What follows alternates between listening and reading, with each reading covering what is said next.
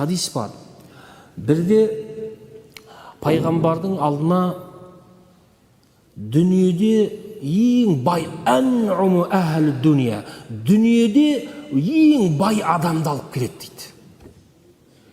Бірақ тозақтық.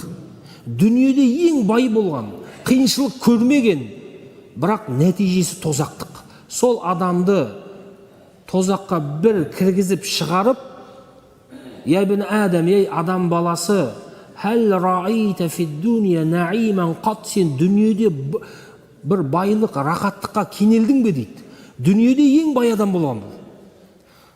Тозаққа бір сәт кіргізіп шығарып, дүниеде рахат көрдің бе деген кезде, ля валлахи я раб, ештеңе рахат көргенім жоқ деп айтады екен.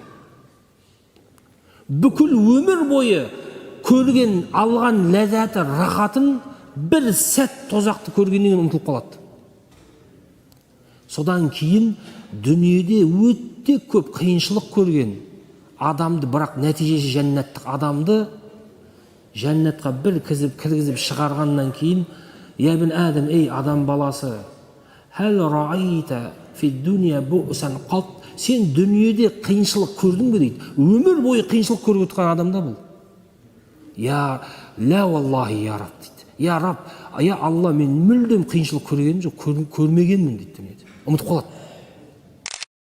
Қиыншылықтар болады, барлық жақсы, керемет өмір бол, өмірдің заңдылығы, бірақ Алла Тағала бізге керемет қағида ұсынған.